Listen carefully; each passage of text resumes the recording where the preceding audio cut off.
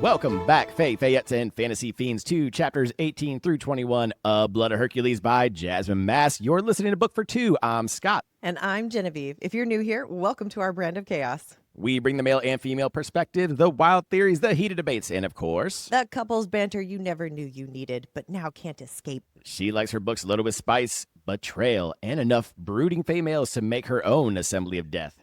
And he likes his with apocalyptic stakes, cinematic fight scenes, and character trauma that hits harder than Karen's stare across the sticks. Every week we deep dive into the books that wreck your soul and make you cancel plans. And right now we're deep diving Blood of Hercules by Jasmine Mass. And once a month we shake things up with a standalone book review. So if you love unhinged theories, emotional damage, and two readers yelling about their fictional obsessions, you're in the right place.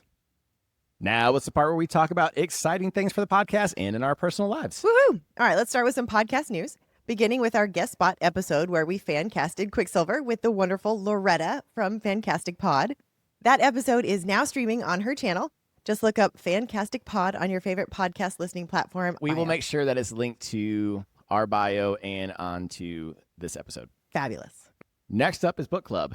Now, October's book club will have already happened by the time this episode airs. With that said, we do not have a book or date yet for November.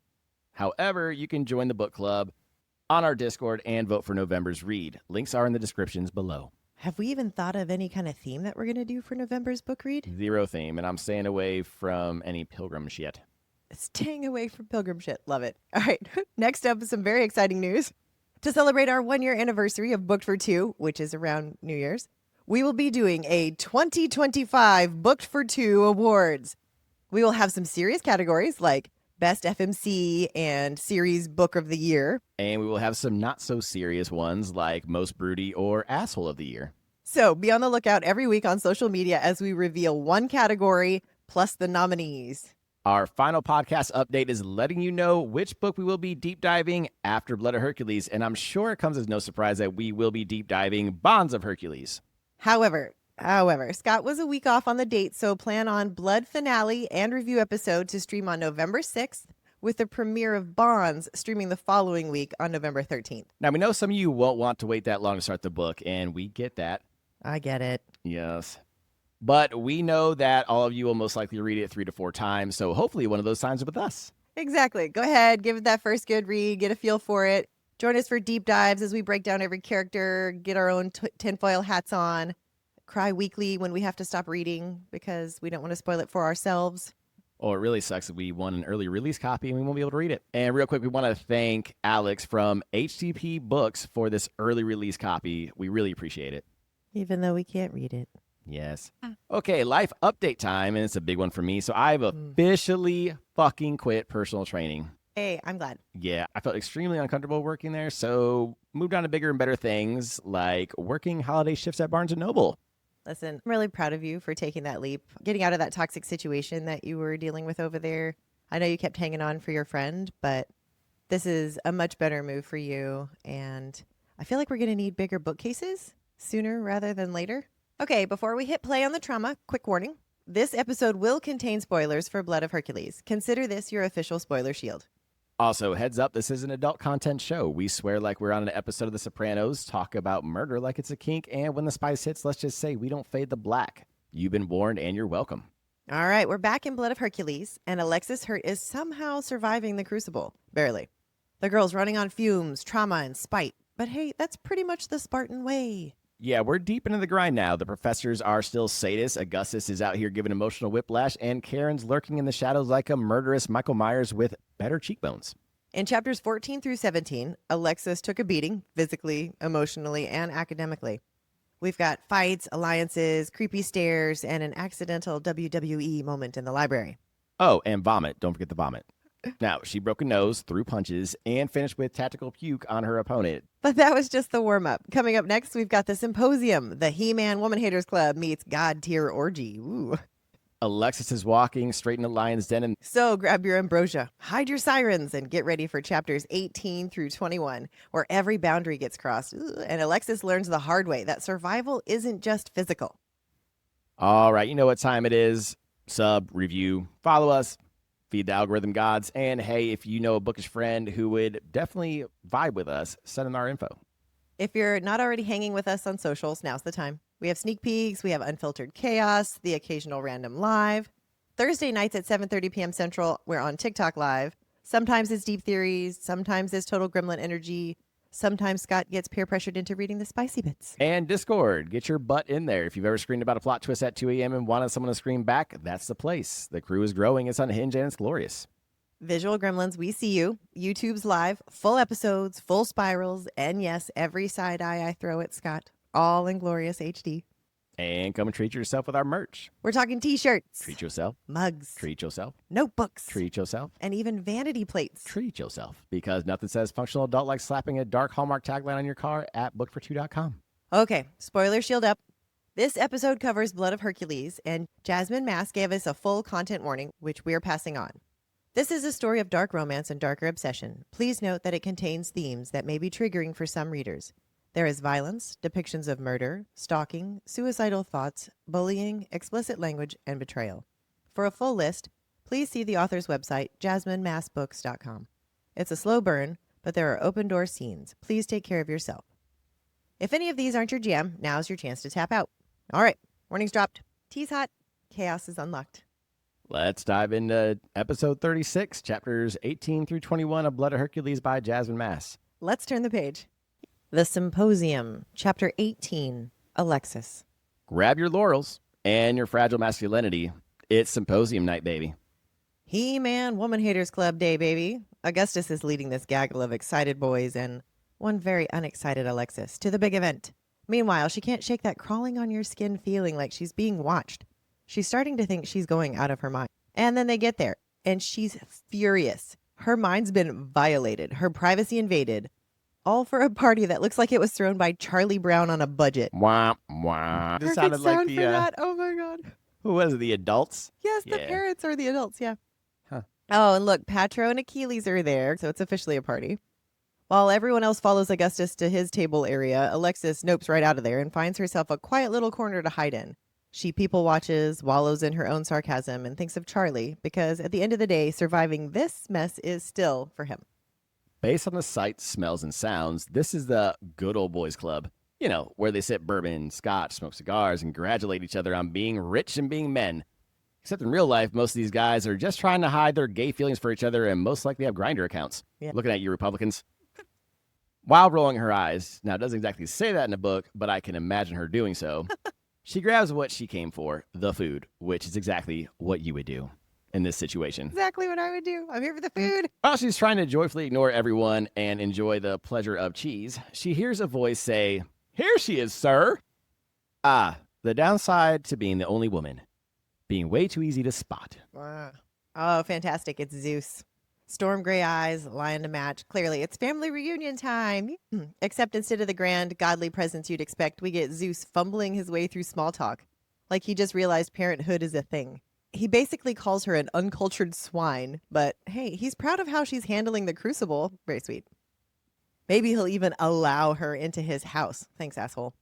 At least he finally admits that she is his. Says that they share an eye color, the white one, not the black one. He swears he doesn't remember anyone else with heterochromia or black eyes like hers, which is interesting considering both of hers used to be black. Yes, yes. Yes.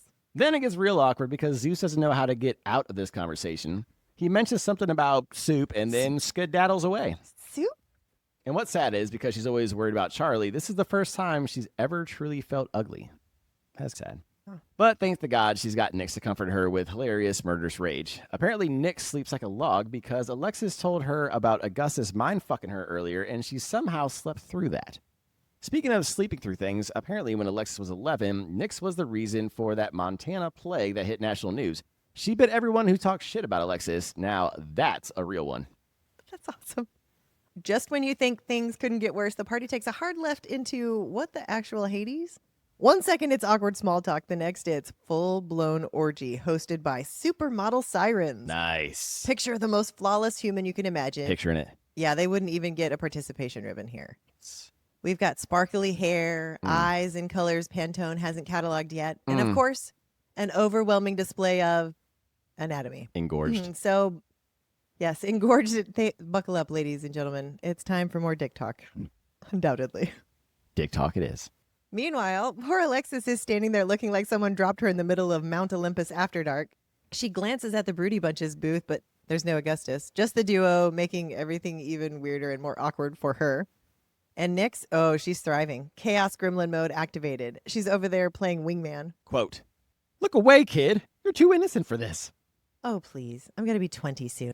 "Kid, you keep flinching every time you see a penis." Have you seen them? They're horrifying. "I'm looking at one right now, unfortunately." Is it supposed to curve to the left like that? "I don't know. Do I look like a penis expert to you?" What are those people doing? "I think they're trying to seduce a musician and failing." Whoever this mysterious musician is, he's got everyone going crazy. It's either Vessel or Hosier. Ooh. Oh my God. What if Karen is Vessel? Whoever's on the piano clearly wants zero part of anyone. Nyx thinks maybe they're asexual, into spiders, or arachnids as they call them. Then a female siren points at Alexis and says, I think she's laughing at us. to one of the male sirens, Alexis assures her it's the situation in general. As they're about to move on, the siren realizes something. Alexis can understand her. And she can understand Nyx. Her power is talking to sentient creatures. She's not feeling euphoric, though, but it's hard to tell when you're bleeding from your brain. Nyx, being the suspicious little murder ball she is, though, wants proof that Alexis can actually understand the sirens. Alexis tells her that one of them called her beautiful and gracious, which doesn't exactly convince Nyx that diplomacy is the move here. But for Alexis, this is electric. For the first time, she feels alive. That connection, that power, it lights her up from the inside out. She's not some broken, powerless girl anymore. There's something new sparkling inside of her, something dangerous and thrilling. So when the sirens ask if she wants to play a game, she doesn't hesitate this time. She's all in. Vessel, or whoever's on the piano, is not on board, though, which becomes hilariously obvious when he hits a sour note big enough to kill the mood.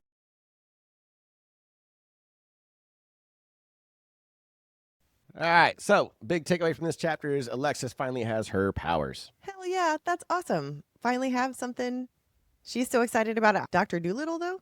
Okay, so sentient creatures. Who do we know that are sentient creatures? We got Nick, Sirens, obviously. Sirens, Poco. We haven't heard anything, so we don't know. I don't know I don't think he's Poco. sent. Same with, what are the names of the mentors? The Jaguar and... Wow. Yeah, we never see them. We always just see Poco. It is what it is. Either way, the Raven, pretty much everyone else's animals, I don't think she can talk to Yeah. or hear, Yeah. but she can talk to But what about Nyx, minotaurs Sirens. or centaurs? We don't know because we haven't seen her around those yet. Okay. Look It's at either that. minotaurs or centaurs are sentient creatures. Yeah. I mean, so, it's not a big deal now because now that we know what her Yeah. power is, but I'd still Yeah. like to go back and just take a look for funsies and see if we missed an Easter egg. Mhm. So that's going to bring us to tinfoil hat time. oh my gosh, this tinfoil hat, the whole eye thing, right? But her eyes aren't naturally that white and black. Well, it's weird because his are actually storm gray, but her other one is white, but I'm wondering if it looks more storm gray. But That's yeah, how everybody makes it sound, that it is storm gray. but her started as black. Now, here's where you and I went crazy because we were trying to figure out her lineage, and I kept going back. And for those of us who are watching on YouTube, I will show you on video here the family tree. Yeah, the family If you tree. go to the Chthonic family tree, okay, if we're going to be doing team professors and team mentors, I was like, how is it going to work sexually without it being weird? Because I feel like Incestuous. she would be their niece almost, at least Karen maybe and Augustus. So I was like, that's weird.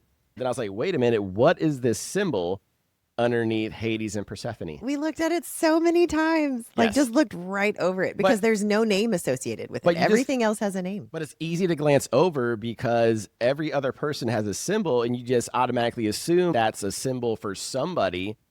I just glanced over because I just saw a symbol there and didn't even think that there's no name there either. And there wasn't a single mention of a child. That we can Because find. we went back Yeah. to any mention of Hades where he's there, which and was Persephone. which is chapter 5 during the massacre, and there was no mention of a child.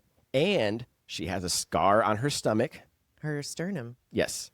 And it keeps acting up. And I want to go back again and super deep dive and see exactly when it acts up. Like, it's certain parts of her body act up in certain situations, I've noticed. Yes. I agree. So her like wrists, her ear, yep, her wrists, yeah, her stomach. chest. Yes. Anything I think that involves certain trauma with a certain person, Yeah. which is weird because she was grabbing her wrist with Zeus. I have actually started noting all of the phantom pains in her wrists. Okay. So I have a whole list of phantom pains in her wrists again, phantom pains in her wrists Yeah. again. But it also comes when she's feeling attacked. Yeah. So she relives that trauma maybe of being, I think we thought she was like staked to the outside by ropes or something. Yep. So that's what makes me think of maybe just trauma scars or trauma. I don't know. I've made note of it because it's a lot. And then going back to eye color, we went back to look at Hades' eye color, and it's the deepest black. It is. So I'm just saying, that's the only thing to me that makes sense to where it's not sexually weird. Yes. 'Cause- Yes. Oh my gosh. Yeah. Yeah. We didn't like it any other way. So. Yeah, it was And too it makes close. sense that there's no name with that on there. I feel like this is less tinfoil hatty, and look what we just. Not only that, but we broke down her power too. So she's able to talk to creatures because Persephone's lineage, her mother was a creature. Because I think Demeter is male. I think one of the male gods. I think off the top of my head, I can't remember if Demeter's male or female. Either way, the other one was a creature. So we're thinking that's how she's able to talk to creatures. So Demeter is the Greek goddess.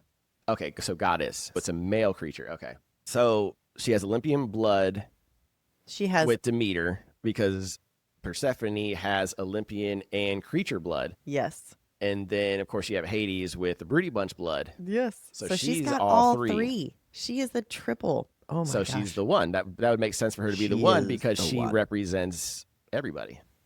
I love it so much. So right, that so is what our is- tinfoil hat that she is the daughter of Persephone and Hades. So, with this new information, do we think anything new about Charlie? Yeah, so I'm wondering because her and Charlie only use sign language and he only spoke once, if Charlie is a creature. I know. Like a 'Cause he has sentient creature? the eyes. The yellow eyes, the bright yellow Yeah. eyes. Because we haven't seen any other person with yellow eyes yet or creatures Mm-hmm. yet that we've heard about with yellow eyes. The only other thing I can think of is maybe a siren. Oh. Because think about it. Think about this. Why would he not talk then? Because nobody would be able to understand him, but he could understand everybody else because that's what sirens can do, right? They can understand everybody, but nobody can understand them. However, he spoke once and she understood him but never spoke again. Why is that? Ooh. And he's obviously able to learn sign language because he can learn any language. He's super smart because sirens are extremely smart. Ooh, what if he is a siren? That's a might good be. call. Because we haven't heard about any other creature that can understand all of the languages. Oh, And their eye good. colors are always very vibrant and different. We'll have to go back and look at the hair because their hair colors usually have like sparkles and glitter, I think, or something, is how they mention the sirens in this chapter. Yeah. They have a they're- certain hair color. But They were ethereal. I just think that it would have been But like, he's a child. noticeable. unless, yeah. But the only thing that would have been engorged on, I don't want to talk about Charlie's junk, but the only thing that would have been engorged on Charlie would have been that. So she probably wouldn't have noticed. She wouldn't have looked at Charlie as good looking. Plus, he was poor. He was malnourished. So, She did say he was super thin. because sirens are well taken care of, they don't grow up poor. So this would be like a siren growing up poor. They have to eat too, I would imagine. So being malnourished as a siren, you wouldn't look that attractive. They're supermodels, better than supermodels. Okay, you'd be less attractive. Yeah, I don't know. That's crazy. Maybe he is a siren. He's That's definitely cool. a creature. So I like that. Yeah, definitely a something's creature. Those obviously going yellow on with Charlie. eyes. All right. Yeah. Okay. All right, what's our next tinfoil hat? This tinfoil hat, I ruined by asking it about it in Discord. Okay. I wanted to know, why is Nyx always asleep? And the response I got was, snakes regulate body temperature by the environment. The classroom they are in is in a cave. A typical mountain cave is on the cooler side, in between 60s and 70s. Depending which species Nyx is, she could be in a sleep called brumation. It's a reptile way of hibernation. Nice. So my response was, not over here ruining my paddle out into tinfoil hat territory. I absolutely love all facts. I love snake facts. Found out that this is Lionheart. I'm sorry, Lionheart. I don't know what your real name is. Yeah, we do Do need I? to get your real name. No, I yeah, don't think I we need to do. get your real name. Yeah, what's your real name, Lionheart? Yeah, Lionheart. I know who it is. They Who? know this much about snakes. David Attenborough. They David all- Attenborough's in our Discord, everybody. So come join our Discord, and you With can a meet s- David Attenborough. with a sleep token Well, hey, no, avatar too. David Attenborough's English. Sleep Token's English. I'm just saying. They're all from. Okay. So So, anyways, I learned a lot about snakes, and I guess I don't have to tinfoil hat about Nyx Yeah. being asleep all the time. Now, we are going to go into tinfoil hat territory with this one, though. Yes. And that is, we still actually think she might be Fate. Yeah. Is she Fate? And- Is she actually Fate? And here's why. We still stick with the eye color, but she sleeps a lot. And there's too many important things, like Augustus, like you mentioned, playing with her mind and getting heated up. And then she just wakes up, oh, what happened? But the biggest tell to me was, again, Chapter 5. Chapter 5 was huge. For the massacre? For the massacre. It had a lot of stuff that you have to pay attention to. Okay. Because after she got knocked out, right, Fate shows up. Okay. And like gets her name and everything like that. The whole time Nyx is passed out. And then Fate leaves and she gets the Broody Bunch duo to be her mentors. And then all of a sudden at the end of the chapter, she wakes up. Oh, what happened? Convenient. Convenient. 'Cause So she- you think it's like a out of body experience kind of thing where Yes. she can Because and think about this. How easy is it to be, oh, we're a race where nobody can see us or talk to us. we're a race of invisible snakes. Exactly. Not saying that there isn't actual echidnas. This is why it's called tinfoil hat section. We're just throwing it out there. Yep. And so Fate did say that she was going to intervene to make sure the right things happened. Yeah. What better to intervene than to literally be wrapped To around her neck? literally be intervening on the daily. Yes. I love it. All right. Okay. We have two favorite quotes from this chapter. Go ahead with the first one. The first one, the pianist is probably one of those asexuals, like spiders. You mean arachnids? I like that. Oh my God, that was so All great. right. So there's arachnid creatures out there. And then the second quote is, go ahead. Okay, I thought this was funny. So this is after she finds out about her powers, and then she asks Nyx, did you know the whole time? And she's like, I always thought it was weird you could talk to me. And she's like, you knew for 9 years? Funny. And again, I went back and she did say, oh, it's weird that you can talk to me. Yeah, And you rebutted with, she was 10. Okay. she was 10. All right. That's fair too. That's And also fair. Nyx did not know that she was a Spartan. Yeah. Nyx didn't know until Alexis knew. Yeah. So there would be no reason to question it. And then after she became a Spartan, they've already been together for 8 years. So who So gives that a makes shit? me think that she can't be Fate then. Or she's playing this all off as, I had no idea what She's you playing it mean off. that She's you were playing a it off. Spartan." Come on. You think so? You think Yeah, Nyx knew I this still whole think time? so. Okay. All right. She's playing it. All right. Let's talk about your pick for this chapter. Okay, What was so your favorite? I'm going to set the scene real quick. This is Zeus with his failed attempt at trying to bond with Alexis, and it gets all awkward. But of course, she's awkward herself. And then he asks what everyone else asks her, why are you like this? And then she just claps back, oh, it's not a rhetorical question. Oh, Oh, damn it. But I do feel bad because this is the first time that she has truly felt ugly. And I feel bad because that's her father, or she Yeah. thinks that's her father. yes. All right, so what's your pick? My pick, it's also with Zeus. Alexis scraping cheese off the plate with a knife and glaring daggers at Zeus while she sucked the cheese off of the knife. Yeah. So freaking hilarious. She growled at him. Yeah, that was epic. I love that she just does not give a fuck. All right, then we did have a spicy moment, which is the entire symposium The was whole a thing. spicy moment. Just bodies full, eyes wide shut. Billionaire, elite club, Yeah. whole vibes, leather chairs, mahogany desks, all of the whole thing. Yeah, Cigar I think this room. is definitely her take on elite billionaire society Yes. And just the whole, and just calling them out the douchebaggery. yeah, the hypocrisy. Let's talk about the trope though. Okay. Let's talk about being a nice guy to everyone but the FMC. And I'm talking specifically about Augustus. Yeah, It's just a trope. I know. You That got to was create it. that Just tension. a trope. Got to create Yep. tension. Yep. Being a nice guy to everyone but the And FMC. it's not really a character call out. We're just calling out Zeus being a douche and just awkwardly fucking everything up.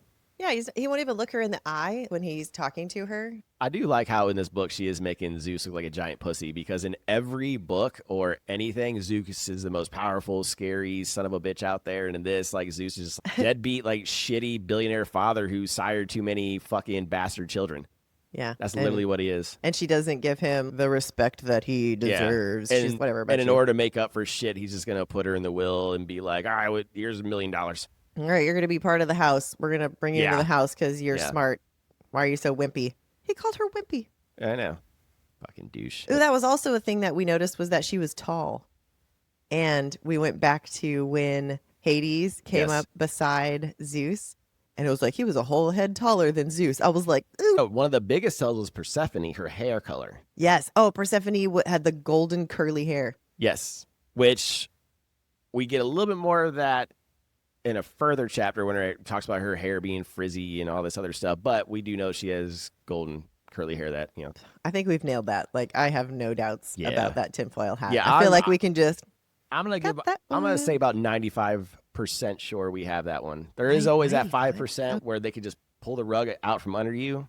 That's true. Yeah, that's true. But I'm gonna say that she put that symbol there on purpose to be like, all right, pay attention, fuckers. Everyone always skips through this shit. And we did. And everyone does. Because they're just like, I was legitimately looking at it and was still missing it. Everybody skips maps and shit like that. And if you look at some of these maps nowadays, there's clues. Just like in the vampire book we're reading, you would have noticed the 4 houses of the vampires and all that shit right away. Yep. You just got to pay attention. Yep. And it's just little teeny tiny sentences too. Yes. Like we've gone back and been like, what? I would never have thought anything of this sentence. I forget what chapter and what sentence it was, but you found a sentence. It was literally just one word, and you were like, holy shit, we missed that one word, which would have told us right away everything. I think it was her power. We would have been like, shit, she can talk to fucking this whole time. We would have known. Yeah, it was. Was it? When she said, oh my God, you can talk to me? And that was it. From then on, it was just like, whatever. Because we just thought, oh, she's just a human. Like, she's a special because she's the one. She's a special. Clearly. Yeah. Oh, man. This was a good chapter. Yep. You ready to turn the page? Yes. Let's go. The Devil You Don't Know, Chapter 19. Alexis. Hangovers, threats, and mystery boxes. Just another morning in Sparta. Lena, the female siren, and a few others were now crowded around her booth, asking questions about growing up with humans. Again, they assumed she had this perfect life and that all humans are sexually repressed prudes. It reminds me of those scenes in high school movies where the popular kids suddenly crown the weird kid interesting and ask the dumbest questions imaginable. Oh my gosh, yes. Now, keep in mind, they're all butt-ass naked, thigh to thigh with Alexis. Oh no. She does think she's a pervert when her eyes wander to the male next to her, or more specifically, his engorged penis, as Nick so poetically describes it. Okay, but with moaning sirens and wall-to-wall naked bodies, who wouldn't sneak a peek? She's surrounded by living thirst traps, literally. Curiosity is basically a survival instinct at that point.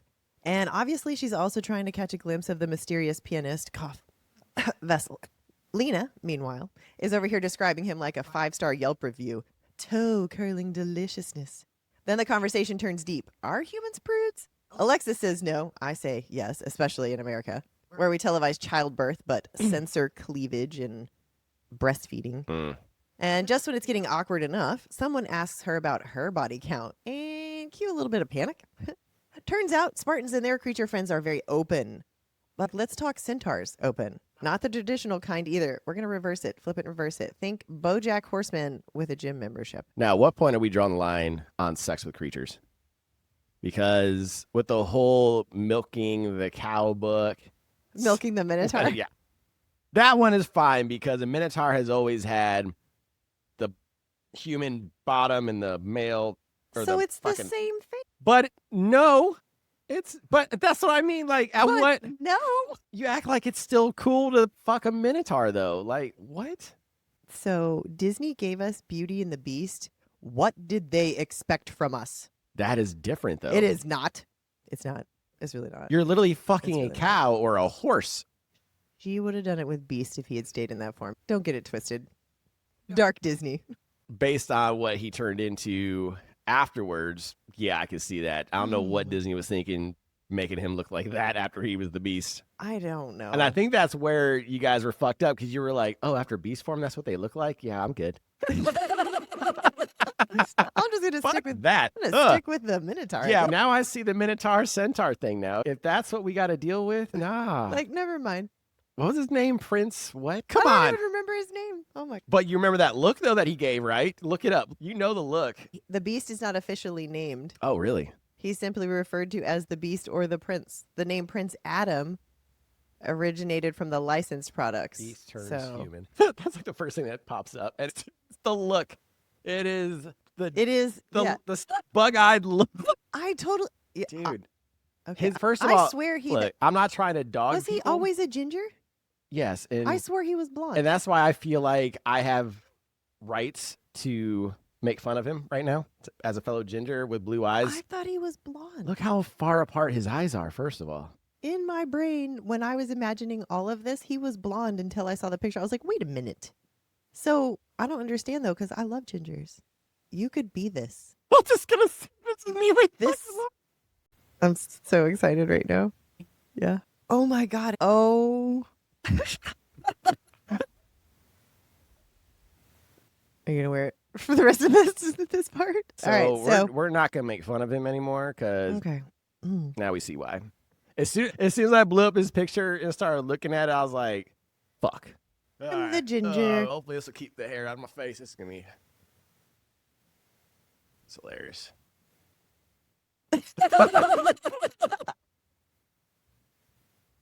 All right. Woo! Okay. Now we're doing this. Okay. I love it. All right. So, after talking about creatures, let's talk about what counts as sentient. So, what are we talking sentient here? Because Nyx is sentient. How far are we taking this? Nyx is talking about getting it on with the Panthers. So That's different. That's beast and beast, though. True. Like, come on. I don't know. I don't know. So, would you, if the centaur was normal centaur? Is that why she changed it so it wasn't so weird? That way you had normal human penis, even though you got Bo Jackman horse head? Because it'd be weird with the horse penis. I'm assuming that it's along the same lines as milking the Minotaur, that it's going to be along those lines. It's just going to have more of a horse-shaped head. And then we also mentioned something last night when we were talking about this, and our friend Kate said it was definitely better with the horse egg. She also got the tongue, too. It's like, yeah.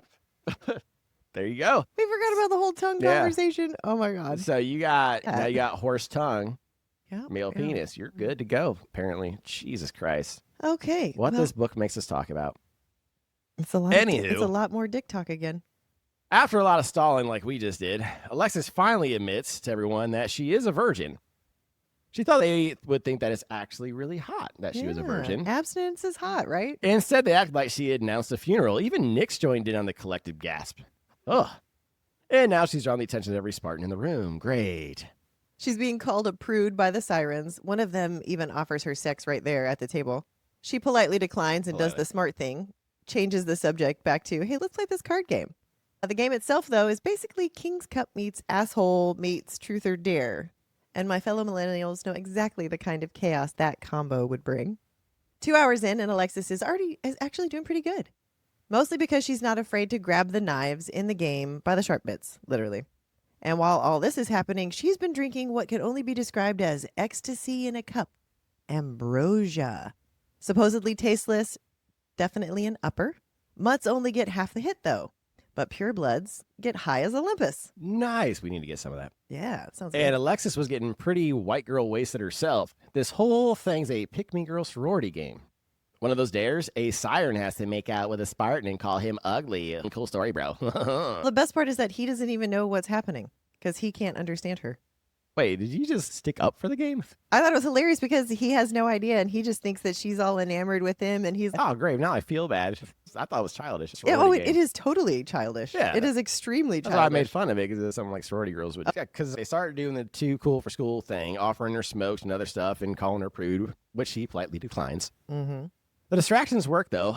She finally loses at a hand, and her dare is for her to get naked. For most people, that's whatever. But for someone who's been bullied for her looks and only ever touched in pain, that's a big deal. Yeah, it's a really big deal for her. I'll admit, I've never done ecstasy yet, but I do understand liquid courage. Yes, big yet. The ambrosia gave her just enough boldness to joke lift her skirt, just so they could see that she had the built-in shorts underneath. Thanks, Halara.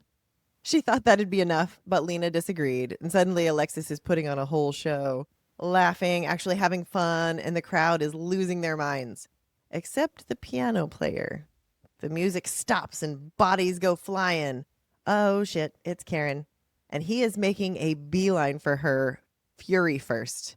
And that's when it hits her. Oh, he was the piano player back in Corfu. Oh. But let's just say unhappy doesn't even begin to cover the look on his face. And then before he can reach her, Augustus beats him to it. And hand necklace. Necklace sizing, round 2.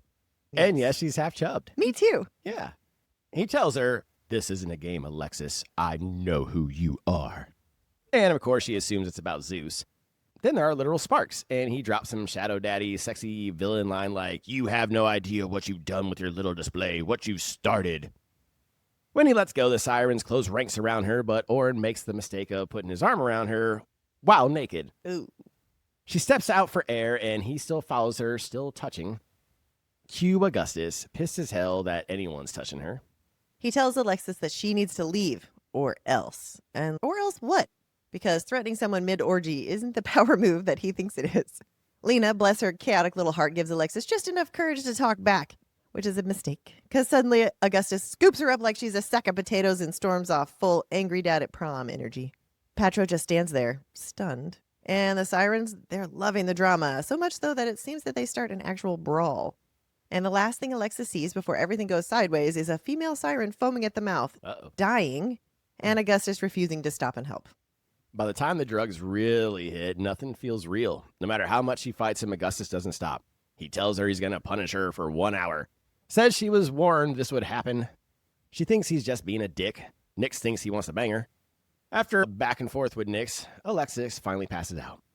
Then she hears those same two voices again while she's out cold, and she finally wakes up. It's all replaying in her head. The chaos, the sirens, finding out she's not powerless, and that poor dead siren. It's still stupid early, so she figures she's got the place to herself, so she decides to study, except when she opens the book, an index card flutters out with a threat straight out of a bad teen drama. Quote, "Leave Sparta now, or there will be dire consequences for you. You have until the January initiation ball to disappear. Fail to heed this warning and you will regret it." Real anonymous mean girl with homicidal tendencies energy. She passes it off as childish bullying, which I get considering everyone's told her some version of that threat by now. Oh look, another secret present. This time it's a box. A really nice box with her name on it. What's in the box? 7. Okay. It's on par with 7 because there are body parts in the box. Oh. Orin's body parts. Now Alexis is officially freaked the fuck out. Hours later, the boys come back talking about how Augustus carried her out. Drex also tells her everyone's talking about the dead siren. She thinks he means Orin, but no, he's talking about the female siren that was poisoned. Then he starts blaming the Broody Bunch, and Alexis is floored because he is one of them. Oh, but how wrong she and we all were. Drex's big power reveal is endurance. The man could dominate an Ironman triathlon, but actual murder, that's not actually in his skill set. Then the hairs on the back of her neck rise. So same whispers again. She even asks Drex this time if he can hear them. And spoiler, he can't, which makes it even creepier. He switches topics to tutoring, and who decides to insert himself into the conversation? Maximum. Nothing like a little unsolicited male energy to ruin your morning study session. Later, in class with Augustus, the tension hits critical levels. They end the chapter locked in an intense staring contest. And for once, it's Augustus who breaks first. Nice. Girl's got Victory! some confidence, baby. Yeah, victory, Alexis. So Drex isn't Chthonic, huh? Oh my gosh, that is huge. Yeah, we thought he was a badass, and this whole time his power is just endurance. So he's basically like a Kenyan track star. That's how he's like carrying her up and down the mountain, though, so that makes sense. Okay. Now, you and I deep dove this as well yesterday. Yes. Or the day before, whatever day it was. Whatever day it was. We, again, chapter 5. Yes. Very important. She was in a scruff with a bunch of dudes, and she bit a few, so there was blood-drawn blood exchanged. Because we think that her blood is poisonous. That's what happened to, was it Christos? Yes, Christos. Yep. But Drex was right there, and we read it, and it said that they were looking at her the whole time. They were looking at her in horror. Yeah, and all he Not was doing in was him. pointing. And it didn't say anything about him having red eyes. It just said there was a red glow around. So I wonder what he was doing with his arm. Like, what was he pointing at? I don't know. Interesting. So we think that she's the one that killed the boys with her poison blood. So that also goes into our tinfoil hat for this because the siren who died was poisoned. Yes. And we went back. This is those little nuggets again. This was it. Yeah, this was the sentence. One word. Yes. Yes, the siren sliced her finger on the knife that likely also had Alexis's blood on it because Alexis had been grabbing it by the blade. Yes. So all of them are going to have her blood on it. So anyone who slices their finger, and it was just one little sentence. And it was in the middle of all of a bunch of other stuff happening. Oh, man, she is good. One other big takeaway is Alexis, which you saw here with Augustus, is gaining a lot more confidence finally and becoming her own person. But getting that power was something that she needed to get that confidence because she didn't have it before. She thought that she was just ordinary didn't know what her power was. Now she knows what it is. So she's okay. I know what I need to do now. She felt useless. Yeah. Especially in a land of everyone had powers. You're the only one who doesn't feel like you have anything. Yep.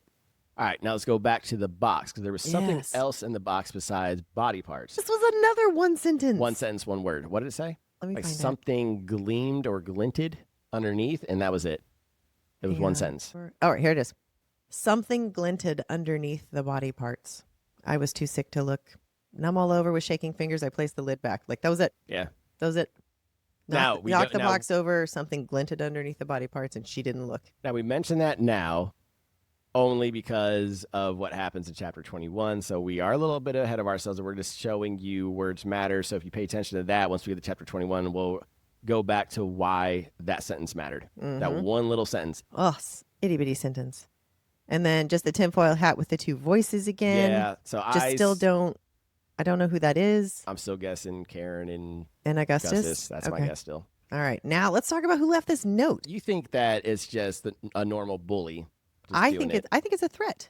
So you think it's a threat. I'm a little bit more tinfoil hattish with this one. So I'm a little bit deeper in the ocean. I think that it's someone who was actually warning her to get out and save herself, like that she might be in too much a friendly shit. warning? Yeah, like a friendly warning, like you're getting yourself too deep into some shit that you don't want to be a part of.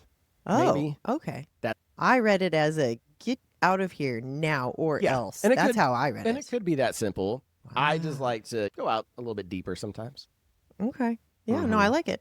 All right. So Augustus, who said with that little display, like she You might have started something with this. What?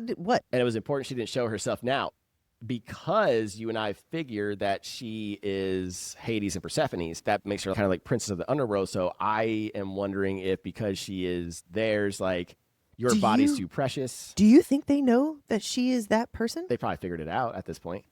Oh, I don't think they knew as a child, but I think now that they've seen her and know her, because when Karen saw her kill that boy, only a Chthonic can do that. No Olympian has that power. Olympians only have power for good. So they had to put two and two together. Oh shit, is she the missing child? That's why they keep saying, you know who the fuck you are. Why are you messing with us? Yeah, okay. Because they think that she knows that, oh fuck. That's what it is. They think she knows that she is Persephone's child, but she doesn't remember shit. And she's like, what the fuck are you talking about? Oh, this that is makes that sense now. miscommunication I keep yelling about. Yeah, makes sense now. It does. It does. Oh, wow. Okay. Okay, and then the ambrosia is a small tinfoil hat, which kind of goes back to that. Uh-huh. There's no way she'd be that white girl wasted. Yeah, that's exactly what Lena said. Again, that was one of those little sentences. So- it only affects smuts. So she You'll belongs. be fine. So she belongs to Persephone and Hades. That makes sense right there again. So that again adds to our collection. Look, I think I'm 96% now. Can we say 96% after that? Yeah. Let's go ahead and do 96%. 96. All right. Let's talk about this quote of this chapter, though. Go for it. You need to get dicked down. She's not says wrong. Nyx. Hey, she's not wrong. Oh, she is not wrong, and it is hilarious. And I love Nyx for she's that. got four very attractive men looking at her. I love Nyx for that. And an engorged penis siren. He's right there, He was offering. Right there. He was right there. I'll We do it for you. could take care of this right now. And the best part is there'd be no feelings involved. It'd be like, okay, so if you suck your first time, at least you don't have to feel bad about it and have feelings. You could be like, all right, cool. That, and when she said no, he was like, okay. That's what I did. That was it. He's okay. Did you hear Wait, me? you did what? I just had sex with someone I didn't care about. Just to get it out of the way in case Get it I out of the way in sucked. case you Yeah, sucked. I was like, in case I sucked. Hey, we had an understanding. Like we practiced and then done. Had an understanding, man. Okay. Hey, I cannot hate on that. just saying. That's logical. It makes sense. Okay. It's protecting your ego for later when you actually care about someone. You don't want them to think less of you. Yeah, no, I get it. That totally Yeah. tracks. That was in a movie too. Like I remember that was like in the 90s or 2000s. Didn't Almost he from. sleep with the mom? Is it in American You're thinking Pie? about. No, it was American Pie, but I think it was Michelle and the main guy, and then they fell in love in the second movie. Remember, because they were just gonna. Because they were practicing that way he would be good for. Nadia. Yeah, that's right. That's right, yeah. Oh, But that's right. Aw. See, it's a thing though. 90s movies. Yeah, it's a thing. 90s, right? Yeah. 90s, 2000s. All right. Let's talk about your pick for this chapter. Yeah. Let's go back to the centaur thing. I am still fucking weirded out about this. Even now, after the beast conversation, the Beast, the Prince? Look, in your wig? Look. Yeah. I got no leg to stand on anymore because now I look like the fucker. So I can't sit there and say, oh, I get it now with that weird. He still looks weird. Let's just get it over with. Yeah, he still looks. Let's be honest. I would never grow my hair out if I knew I was going to look like him one day. I feel like all redheads should put on this wig to be like, all right, as long as you don't look like the prince from Beauty and the Beast, you can grow your hair long. But you have to do this. Yeah, you have to do the really wide-eyed. Yeah, That's and if awesome. you look anything like that, sorry, no wig. The best part is that you also have his lips. I know. That's right. Yeah, the really full bottom really lip. full lips, and people made fun of those lips for it too. What? I see. love Look lips. at the Beast. I have a picture of the Beast right next to him. Those tusks are gonna hurt. I'm just saying. Nah, you can work around that. I guess. I feel like the girls are gonna back me up on this. You can work around that. Okay. Ooh. My pick for this was that Nyx joined just for the drama when the Sirens were wailing about her virginity. That was a funny one. I love that. Yeah, I could see her just be like, no. Like, and then on the other side, no. she just joins in. No, I want to join in. That was funny. All right. Spicy Ooh. moment. Ooh. Augustus, neck grab, whisper in the ear, and engorge penises. Yes, that spicy moment was nice. I love that you had to replicate it IRL just to see how that worked out. I just want to neck know, grab. how hard he was, grasping. Mm-hmm. Anywho, trope call out, touch her Yeah. and die is a normal trope Yes, saying, yes. you touch her and you will die. Rah. That was definitely Augustus. Yeah. Oh, and then never received a present. Hold on. Okay. Yes, never received a present before. Oh, that Mhm. made me so sad. I understand why she and Charlie didn't exchange presents. Obviously, food was the necessity. But to have never received a present, Yeah, that's not good. that makes me sad. All right, so let's do character call-outs next real quick. Karen is the pianist. Pianist. Pianist. Pianist. Lena. Speaking of pianists, Oren, the male siren with the engorged pianist who was murdered. And who was the last one? Lena, the first female siren that she talked to and found out, I have powers. Yeah. Most likely see Lena again. We're definitely not going to see Oren again. We saw parts of Oren again, but not after this, I don't think. he's She dead? buried his parts. Yeah, I think he's I was waiting for that one part to show up in the box, which part I'm talking about, just because I thought for sure, I was like, it's going to be in there. And I was waiting for a dick in the box joke for this. and then he wasn't there. Yeah, but there was no dick in the box. But you still There's got no the dick dick- in the box Hey, joke hold on. into the There's no dick in a box. No dick in a box, baby.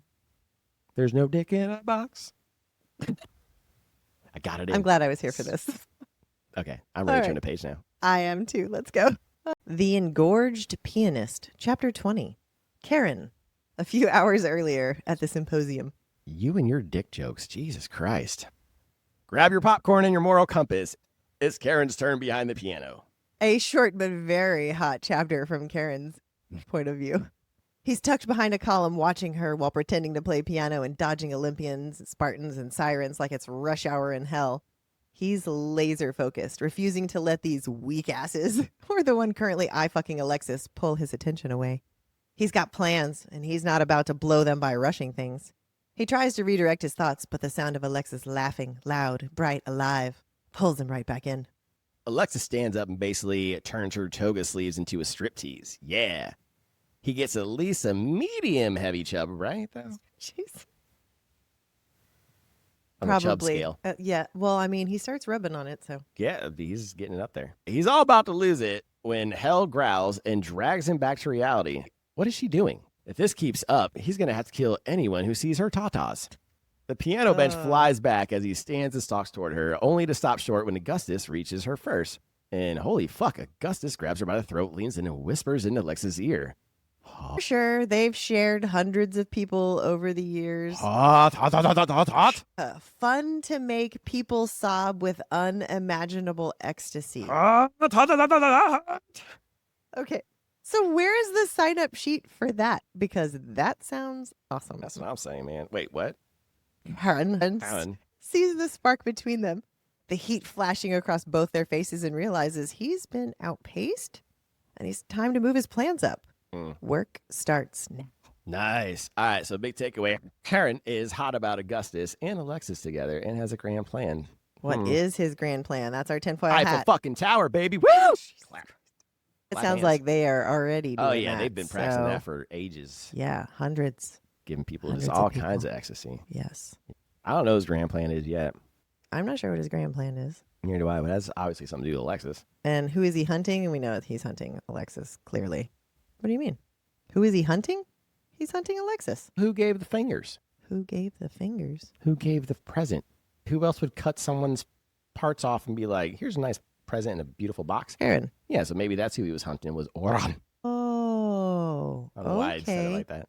I just assumed that he was on the hunt for her. And so that that- was how I yeah. took it. But you could totally be right because Oren touched her. So Yes, so we can go the less fun way and go my way. We can go the more fun way and go your way. So Yeah. there's that. let's go with my way. Okay, so Yeah, speaking he's of hunting quotes, so her. let's do Yeah. quote. This is definitely one of my favorite quotes.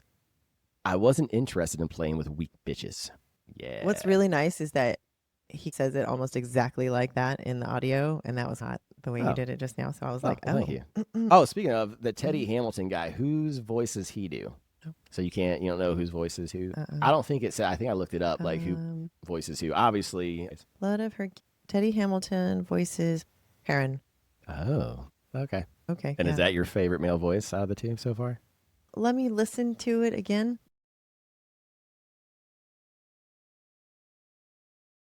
So let's talk about your pick here for this, which definitely plays into the quote for the chapter. Oh, yeah, it's just disgust for everybody. It is absolutely hilarious. I'm done playing with these assholes because he wants, Someone as vicious as himself. yes, and he's just enamored because I've never seen anything like that. Like He's woman never seen a woman who Yeah. has who is, that rage, aggression, and what he thinks is her killer and instinct, again, which is not. That's why I at all. love this book, because it goes back to miscommunication, because he thinks that she is some cold-blooded killer, because he says it when he's watching in the boat. He's all this cold-blooded. Oh, Like yeah. she's vicious. Yeah. Oh my god, And then cold she's blooded. actually like freaking And out. she's I'm trying to say you, and he's yes, kill him, and she's I'm trying Oh, to say. man. It's so funny.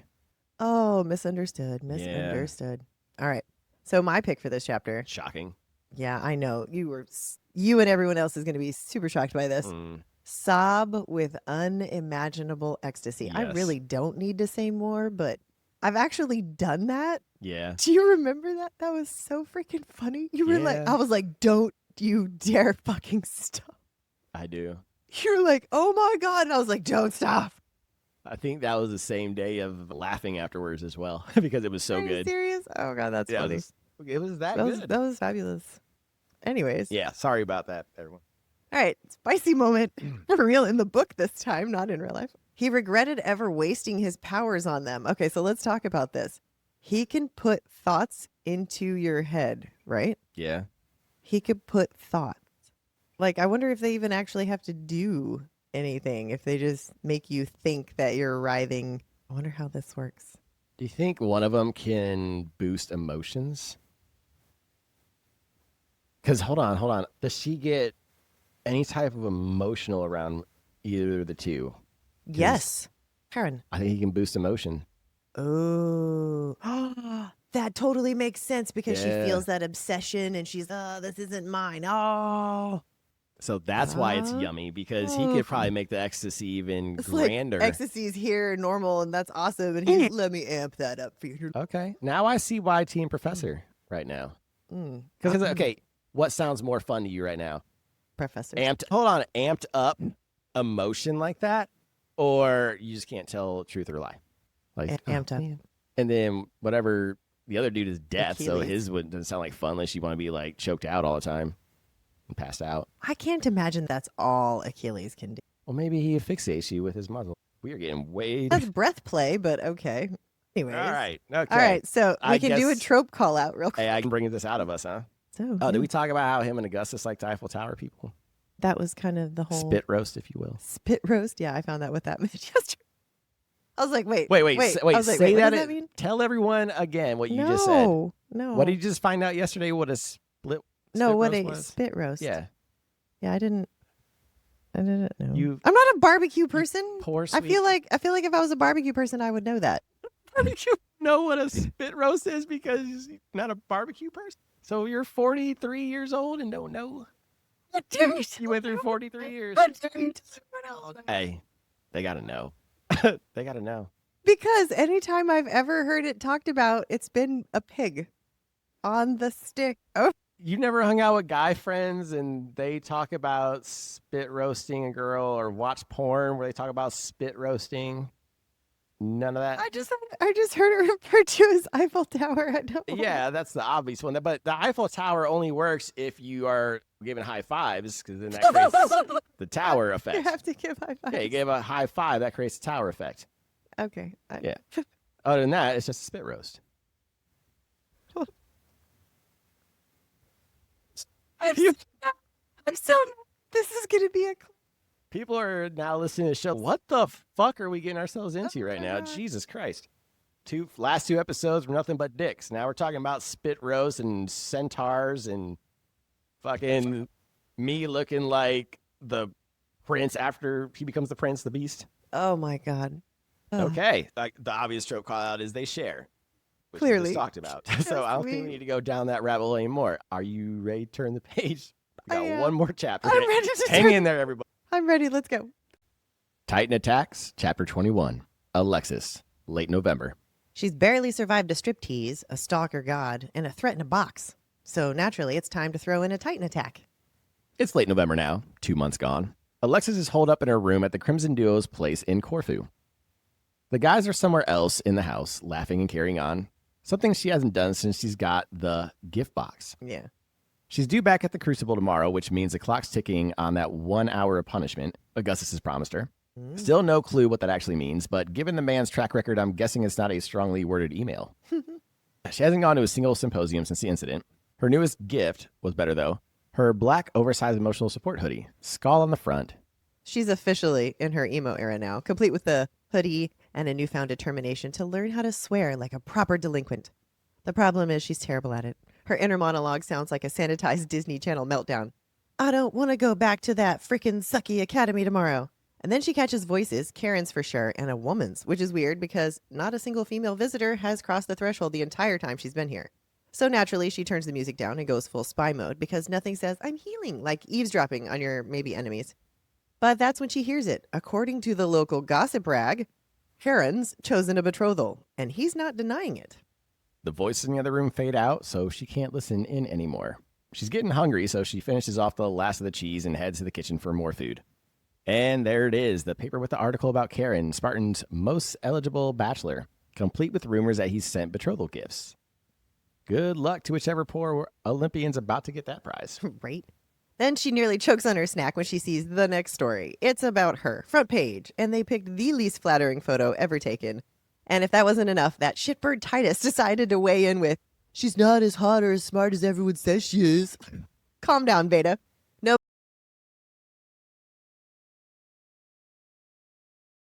But before she can throw the paper in the fire, a shriek from the doorway makes her jump, and in walks Helen, a walking ray of sunshine in a family of thunderstorms. Helen's all, you're so strong. It's so nice to have another young Spartan woman around, which is adorable. Almost enough to make Alexis forget that her new title is Hot Mess of the Week. Helen, the only Chthonic woman, finally makes her entrance. She's Patro's half-sister and Augustus's full sister. She tells Alexis that Chthonics aren't all bad, just a little broodier than average, and that she doesn't buy into the whole Alexis is weak thing. Helen leaves and Alexis grabs more food and rage eats it like she's fueling up for the apocalypse. Back in her room, she drop kicks a pillow, screams into the void, and punches the mattress like it owes her money. That's when the whispers start again. The two voices, same corner of the room. Yeah, not today, Satan. So she stomps over, points at the empty air, and basically tells it to knock it the fuck off. Stop whispering. Stop stalking me. Of course, there's no reply, which immediately sends her into a downward spiral. So she tries cussing out loud for practice. Shrit, crud, fluck. Girl, please. You sound like a Hallmark villain. Anyways, night hits and it's all nightmares. And then morning decides to show up about 5 minutes too soon. She's got just enough time to inhale half a bakery before Helen pops back in, delicately bird eating a single date, while Alexis is out here going full starved Viking at a feast. And before she knows it, it's time to leave. The Crimson Duo drops her off right at the front lawn. She drags herself into the classroom where General Cleandro, Augustus, and Cassius are already waiting. Augustus is mid-smile until he sees Alexis. Then it's gone, and she collapses into her spot on the floor. Next starts grumbling about how cold it is and mutters something about Augustus giving Alexis bedroom eyes. Enter Maximum, the human equivalent of a golden retriever who just discovered caffeine. happy, loud, and completely oblivious to social cues. He's been hanging around Drex's tutoring sessions talking nonstop the entire fucking time. And now he's decided to move to the back row, right next to Alexis. To be fair, there's no official seating chart, more of an unspoken don't mess with the established order kind of thing. Within 2 minutes, he's bringing up that article from the Falcon Chronicles telling everyone how close he and Alexis are. The only thing close here is how close she is to losing her sanity. Drex enters, right on time to notice that Maximum has moved his annoying ass to the back row. There's a look. The bro, what are you doing look. Then Augustus starts the day's lecture, Cyclops 101, half history, half existential dread. Alexis is scribbling Latin notes like her life depends on it, while Maximum takes the opportunity to whisper directly into her bad ear, over and over, until, bam, Augustus slams the textbook so hard the walls echo.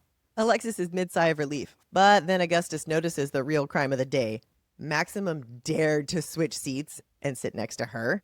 The man goes unusually nuclear. Everyone's running the circuit now. No exceptions. Is that jealousy? General Cleandro is practically giddy about it, though, calling up Maximum's mentor, Ryax, like it's the best entertainment he's had all week. And just like that, off they go. Hours later, still climbing that cursed mountain, Alexis is barely holding it together while Drex jogs beside her. Up ahead, Ryax and the rest of the initiates are just within reach when a high-pitched scream tears through the air to the right. Titan, and it's coming in hot. They all take off, sprinting like hell up the path, shouting to Ryax about the Titan charging their way. And that motherfucker just poofs away to alert the assembly of death. Well, Cassius decides it's Cankle o'clock and takes off toward the lake to warn Heron. Now there's 6 of them left, tearing down the path Cassius vanished into when Leo trips over a boulder right in front of Alexis and absolutely wrecks his leg.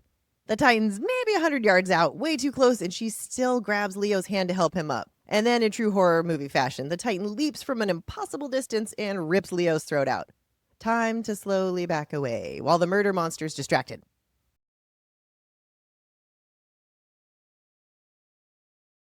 Except the Titan suddenly starts thrashing at thin air, growling, swinging, stumbling. Then Alexis feels a tug at her neck. Nix. The snake drops to the ground and slithers towards the monster, ready to make it regret existing.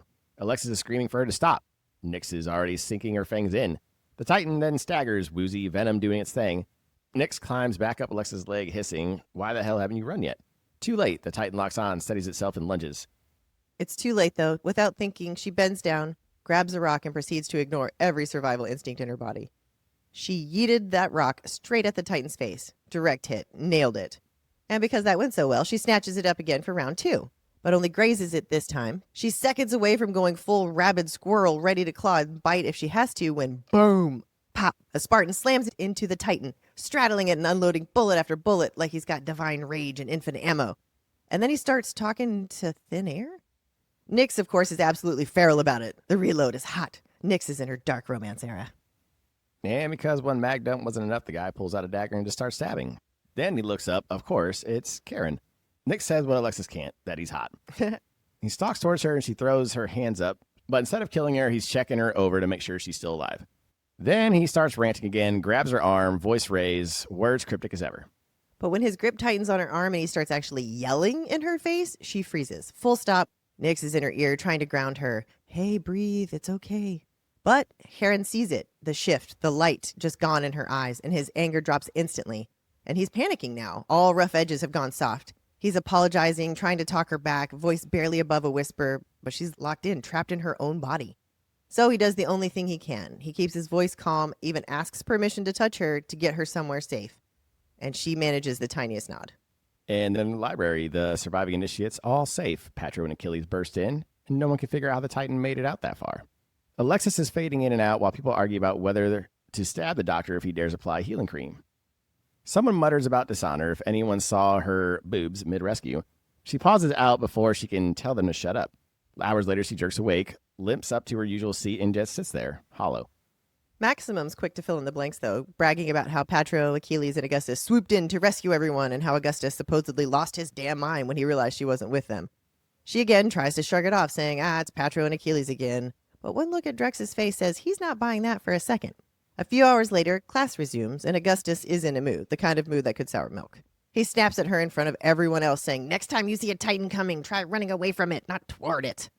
Titus laughs. Alexis just stares at the floor, fists clenched tight. The bullying continues.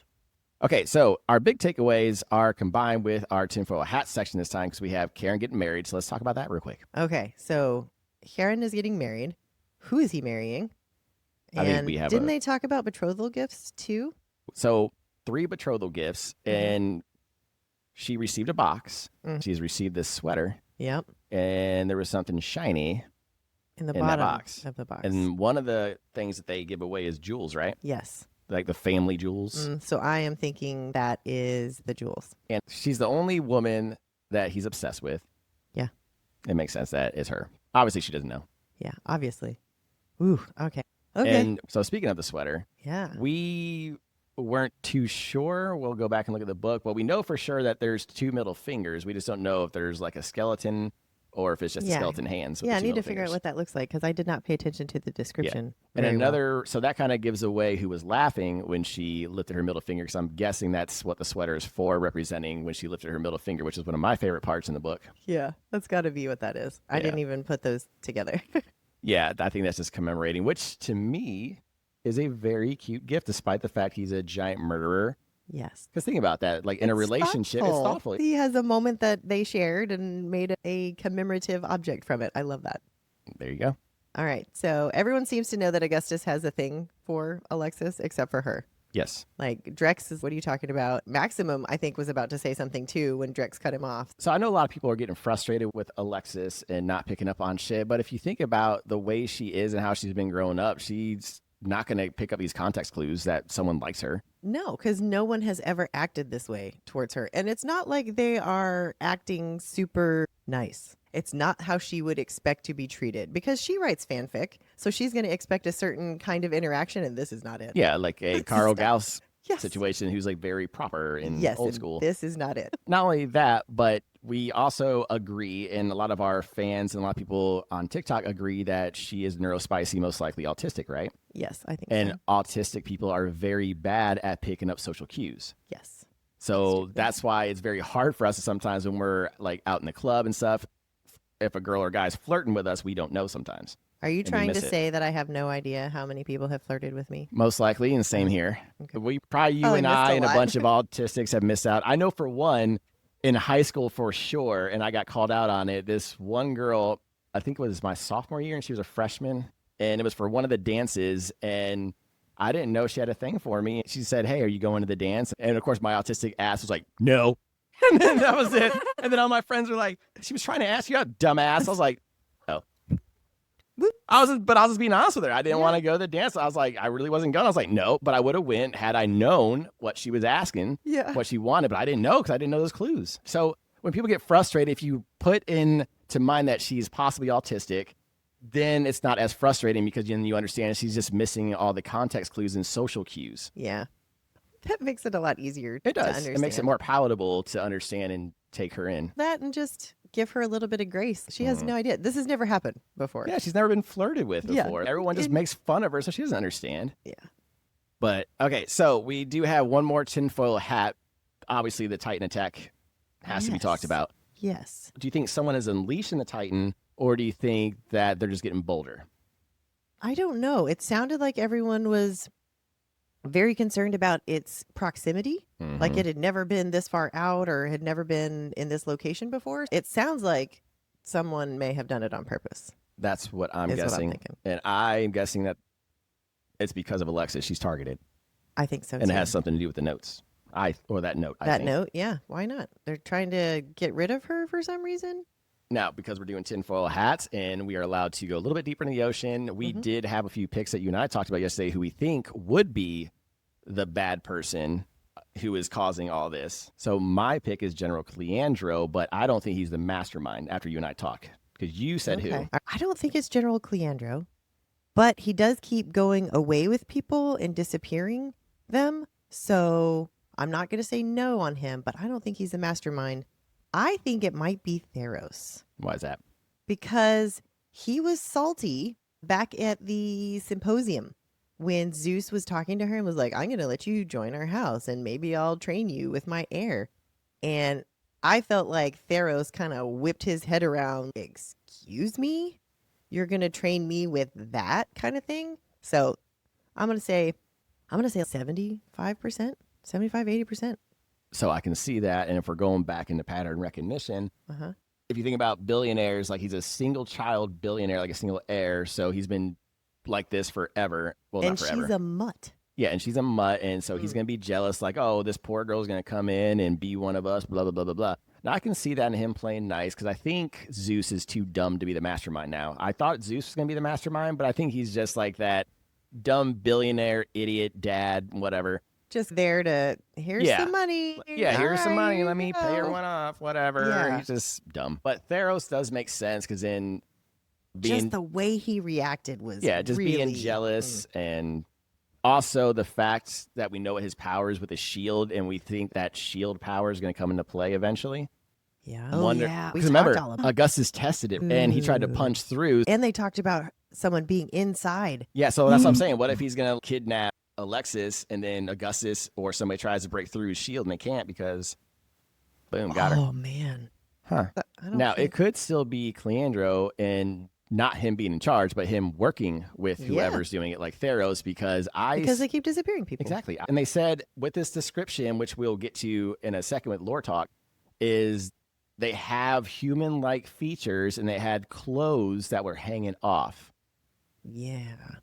Ooh, that's... So we'll get to that here in a second. I have one more big takeaway, though, that we didn't talk about. But okay. That was Alexis shutting down, disassociating when Karen started screaming at her.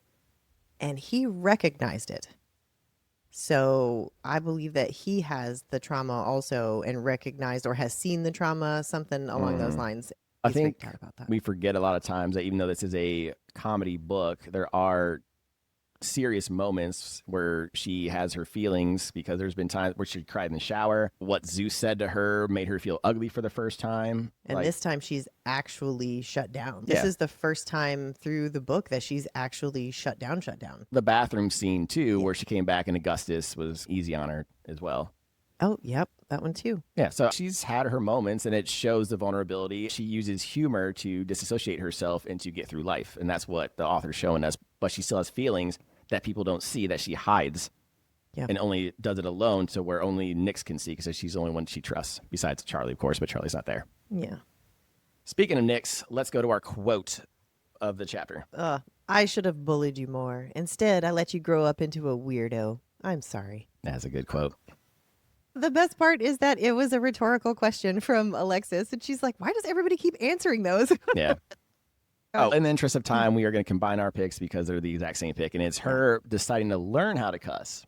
And it's interesting why she chooses not to cuss, because it represents her abusive foster parents, and that's why she didn't want to cuss.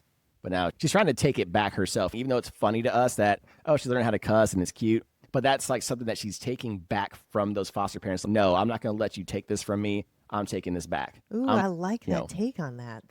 I love that. She's getting better, especially now that she's learned that she has power. She is becoming a better person. Not better person. She's always been a good person, but she's becoming more self-aware. Yeah, and more self-confident maybe. There you go. Learning about herself. I love that. All right. And then you want to say something more about the pick? My pick is just that Nyx was just rubbing it in her face, essentially saying, shit. So Alexis was like, you're just showing off. Stop that. All right, then we get a spicy moment when Karen walked up to her after killing Titan.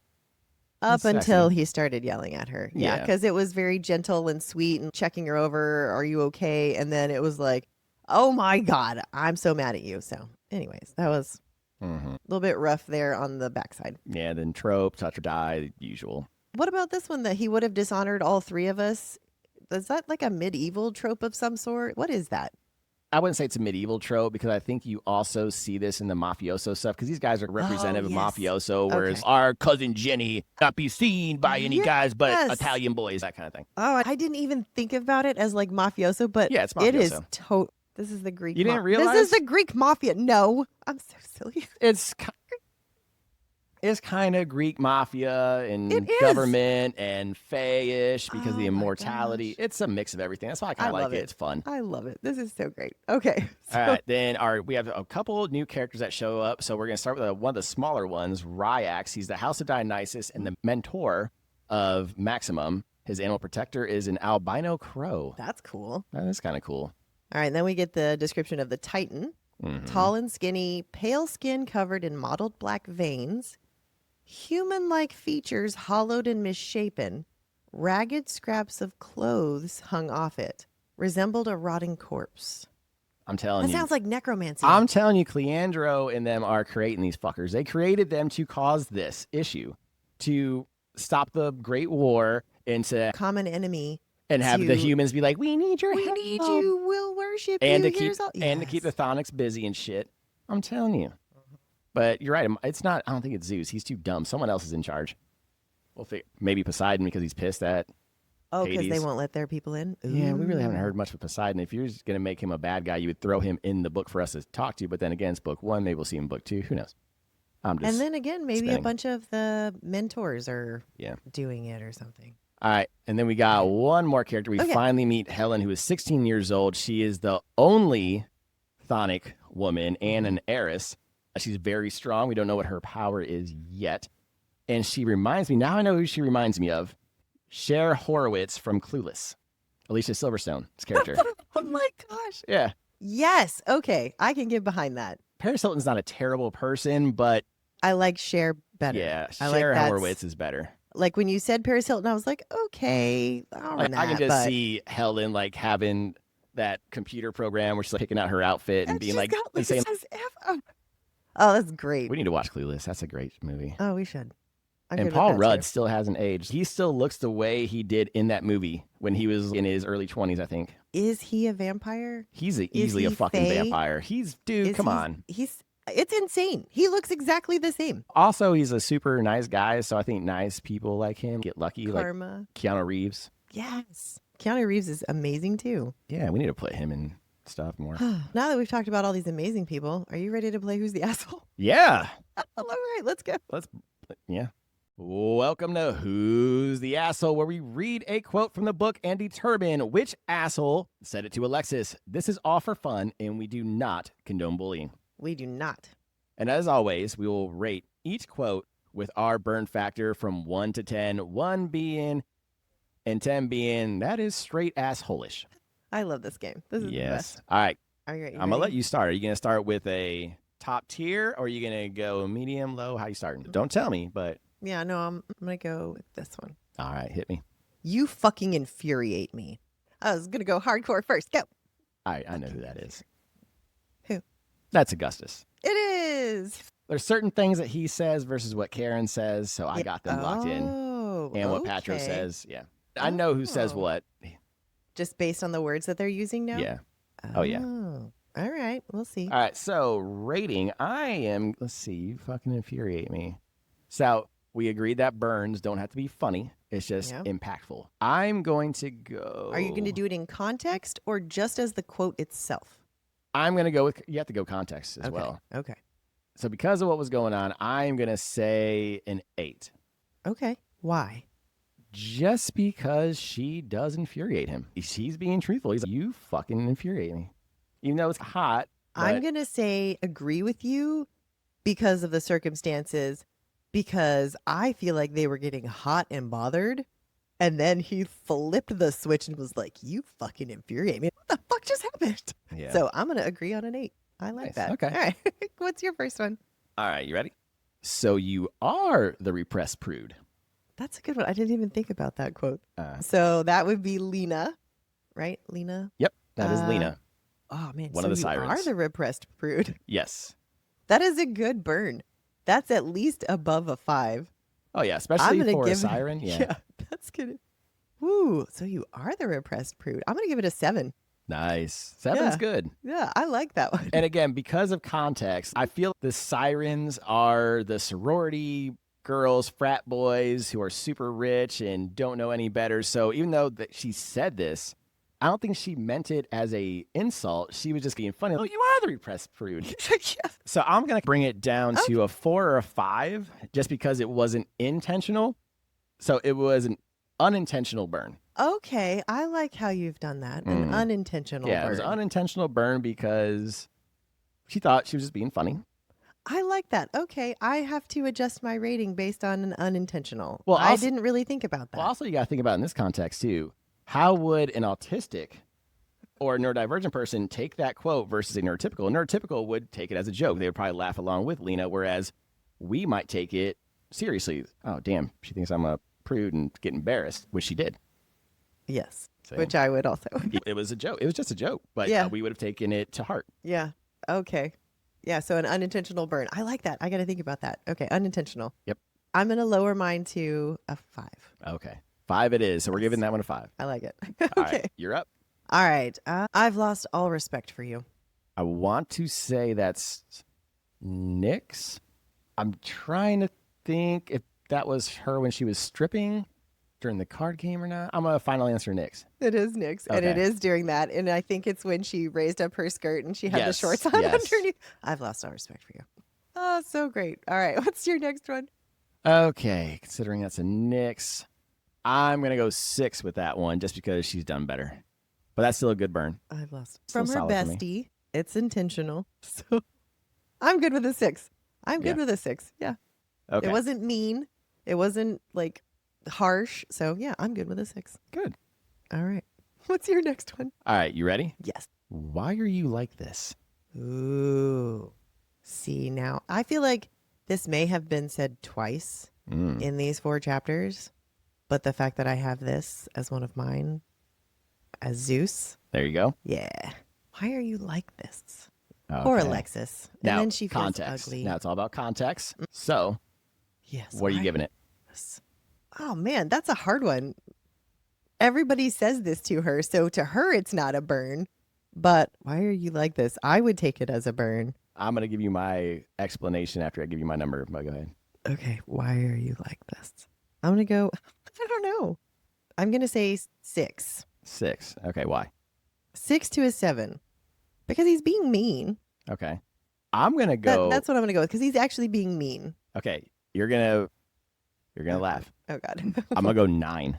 9. And here's why. Because dad. Because he's a dad. Because this is like your Okay. first meeting with your daughter. Ooh. And she's being awkward because she's scared and powerful Zeus and all this stuff. And then she does something awkward and weird. And all of a sudden you just hear your dad, who you've never met before, just be like, why are you like this? So I'm going to go 9. Yeah. Okay. I totally. Still funny. I laughed my ass off at this part, especially when she said, is that a rhetorical question? Is that a rhetorical question? Yeah. Oh wow. Yeah, I did not factor that in. Yeah. First time meeting dad too. Ouch. That's rough. I have to agree with you. 9-10 on that. Like that. Yeah. Wow. Why Yeah. are you like this? All right, you're up. Okay. Explain yourself. Explain yourself. I'm going to go Karen. Damn it. Just because we haven't Yes. really had much Karen. Yeah, it's him. Yeah. Unfortunately for Karen, he doesn't really say anything too funny, too aggressive like Augustus. So He does say some things, but they're very him coded. So Yeah. there's no confusing. just you about because it. he's scary, I'm going to go 3. Just because he's scary. Yeah. Yeah, it's not really It's not much that of big a of a burn. No. It's still a burn, but it still counts. I'll go 2-3. 2-3 on that Because one. we can't all have 10s on here, or else No. the game wouldn't be fun. No. Yeah, you got to have some lame burns, too. Yeah. That's a good one. All right. Okay, you ready? Yes. All right, we'll do this one. No, she's not as attractive as people are saying. Her eyes are freaky, and she's overhyped. Okay. Oh, that is man. epic. Titus, thank Yes. you for that one in the Falcon Chronicles. Let's see. That is a good burn, actually. And it's public. That's like a 9-10. I forget what movie it is. There's a movie that has a bully that reminds me of Titus, where he is just so fucking funny. You have to hate him, but he's just absolutely hilarious with the shit he says. And he's like a kid, but I forget what movie it is. But that's what he reminds me of, because the burns are so fucking good. He's an asshole, but it's just like, she's overhyped. Just I lost it. She's Her eyes are overhyped. freaky and she's overhyped. And I was like, I stop. love her response to it, too. I'm going to stare at him more. I'm going to make sure he looks at my freaky eyes some Yeah. more. All right, so what are you giving it? Ah, a 9 or 10. Yeah, That's you have good. to. That's good. Titus- Like to everyone, to the world, not just to her, to everyone who, all of Sparta has read that now. Oh, yeah, that's true. Yeah. I'm going to give that a 10, It's actually. not just, that is a solid 10. Because it's all of Sparta. because all of yes. Sparta has No, now read not that. just all of Sparta, because I think even the humans can read this shit too. Oh, So like the shit. whole world now knows So- that she's got freaky eyes and she's 10. overhyped. 10. You get a 10, Titus. 10. A Wow. fucking 10. Oh my god. Titus is funny. Oh man, He's such a dick. that's so great. That was a really good one. I like that one. All right, you're up. This should be our last ones. Okay. All right, here we go. You need to get Dick down. Yeah. You know who that is. I know who that is. It's a good one, though. It's Nyx. That's really good. And we're going to Burn give... factor on that We're going one, to give though. that one an 8. Solid 8. A solid 8, yes. Yeah. She's always talking about it, and this is hey, you seriously. Well, yeah, she's to do the it point now. She's like, you need to get it. You just need to get laid. You just need to get laid now. Yeah. Good. Solid 8. Solid. Love it. All right. What's your last one? This will be my last one. You ready? Yes. Are you sure you can understand her? Good too. Oh my God, Nyx is killing it with the burns. Yeah. That is Nyx again. And again, context, because she was like, oh, they said gorgeous Beautiful. and beautiful or glorious or whatever. And she's like, are you sure? Are can you understand sure them?" you can understand Siren? I'm going to give that a 9 or a 10 as well. Same here. That's a That great is burn. great. 'Cause Okay, I'm again- going to give it a 9 because it wasn't to everyone and nobody else Yeah. heard it. So I'm going to give it a 9 only because of that. And what's funny is without context, it's just a simple, maybe a 4. But then once you get the setup where she's, oh, they said I'm beautiful and blah, blah, blah. And she's like, are you sure you can understand? Yeah, that's Oh, a solid context 10. makes that great. Yes. Oh, fabulous. All this right. was a great game of Who's the Asshole. Yeah, I can't wait. I'm so glad Bonds is coming out so we can just keep playing this. This is a great game. All Fabulous, right. fabulous. We are done. Thank you, everyone, for hanging out. And don't forget, if you want to play along, send in your quotes by Saturday to bookfor2podcast@gmail.com. By Saturday with your quotes, and pick who you want to answer it so we can double check that we're not using the same quotes. Are you ready for Spartan Center? I am. Let's go.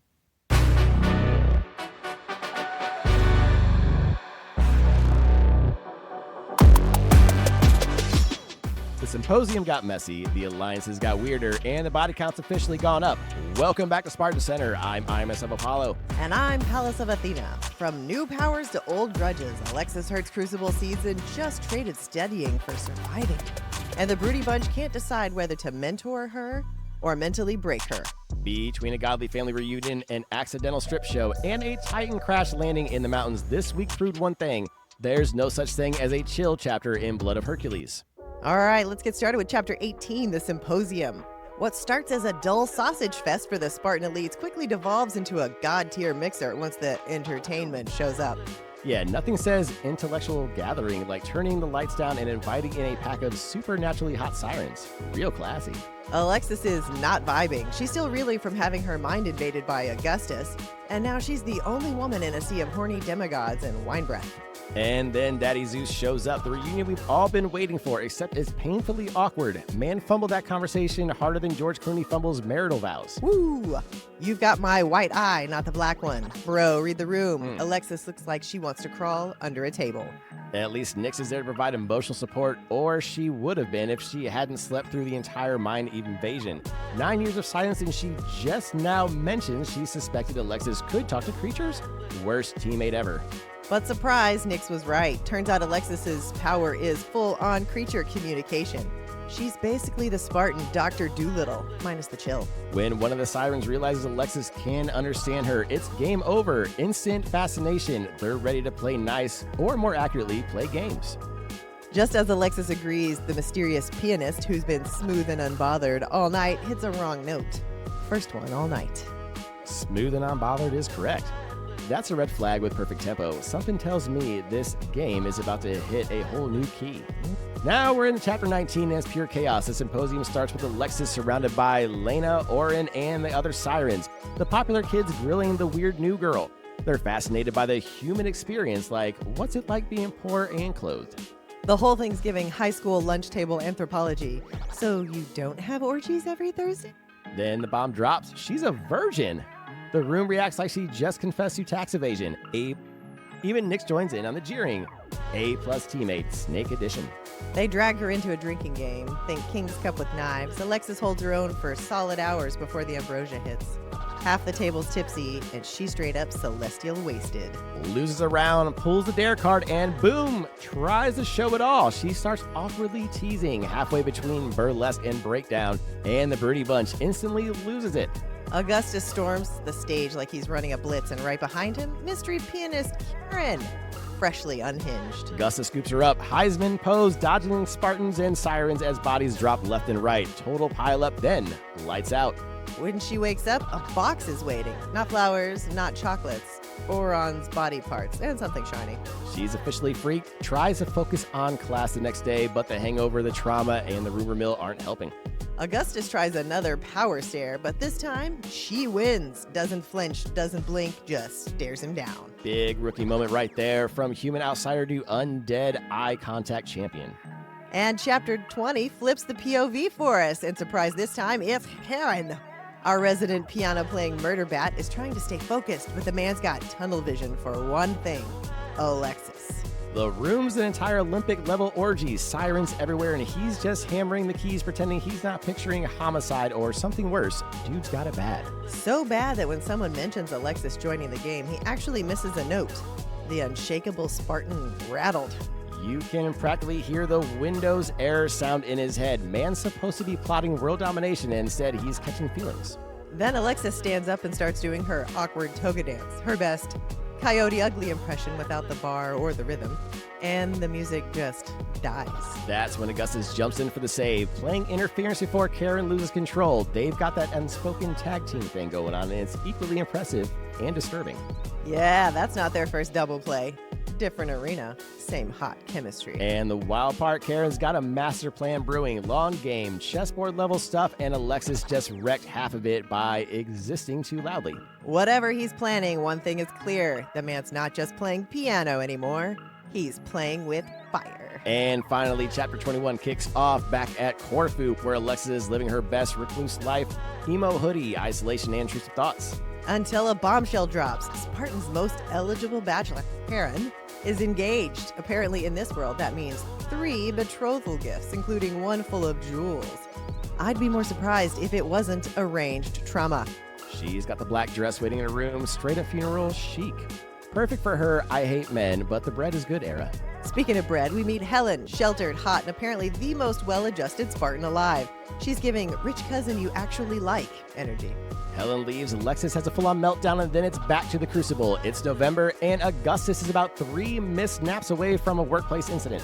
He goes nuclear because someone moved seats. The punishment, a good old-fashioned circuit run. That's like your boss making you sprint laps for using the wrong stapler. Things go from bad to catastrophic when, surprise, Titan attack, Leo faceplants, gets yeeted out of existence, and Alexis and Nyx are suddenly on defense duty. Credit where it's due. Our girl held her own. Nyx got her venom in. Alexis got her swings in, and just when it's about to go full Jurassic Park, boom! Karen drops in, guns blazing. Literally guns blazing, dude unloaded full clips, daggered a Titan into the afterlife, and still had time to be emotionally unavailable. He's furious, she's traumatized, and the only thing more shredded than the Titan is Alexis's mental state. The doctor patches her up, Karen gives a cryptic "don't die again" speech, and we close out the chapter with one takeaway. Alexis is out of lives, out of patience, but definitely not out of problems. More Titans, more trauma, more tea next week. All right, time for our Spartan Center top 5 replays of the week. Woo, coming in at number 5, we have the Symposium itself. Nothing says team building exercise like a good old-fashioned Greek orgy with snacks and emotional damage. At number 4, we have Alexis with the defensive play of the year, blocking Zeus's awkward attempt at bonding. Dude wrapped up the whole chat with, "You like soup?" And then skedaddled, king of the gods, master of the Irish goodbye. At number 3, we have the engagement news of the world's most eligible bachelor, Karen. Yes. Not sure if excited or terrified for the lucky bride-to-be. Yeah, word has it he already sent the traditional 3 betrothal gifts, jewelry included. And call me crazy, but something tells me the mystery girl didn't exactly RSVP on purpose. Oh. In our number 2 spot, we have Nyx temporarily switching to the Siren team after they learn Alexis is a virgin. Yeah, real classy move. Your emotional support snake turning into the world's tiniest hype man for peer pressure. All right, and finally, for our number 1 replay of the week, it goes to Alexis learning she has powers, of course. Finding out your big Spartan gift is Dr. Doodling mid-orgy, not exactly the power reveal you brag about on your resume. And that's your top 5 replays of the week. Spartan Center top 5 replays, powered by Helen's Ambrosia Sparkling Wine.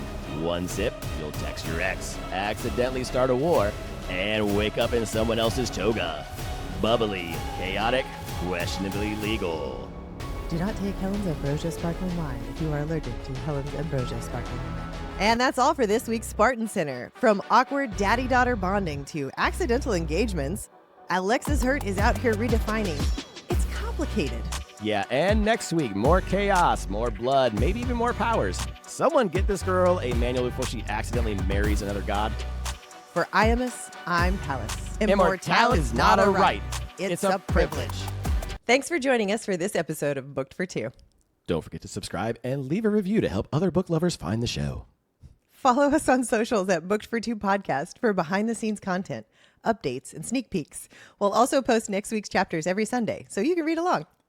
Join us for our live Q&A. We are back on Thursday at 7:30 p.m. Central on TikTok. We'll answer your burning questions, react to your theories, and occasionally overshare our book-related emotional damage.